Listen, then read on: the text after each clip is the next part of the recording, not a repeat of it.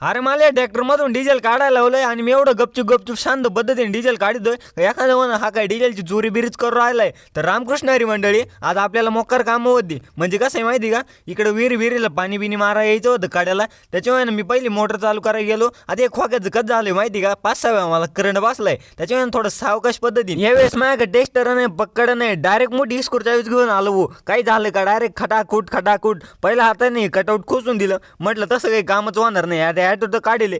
खाटकन motor चालू केली, खाटखोट झाली चालू.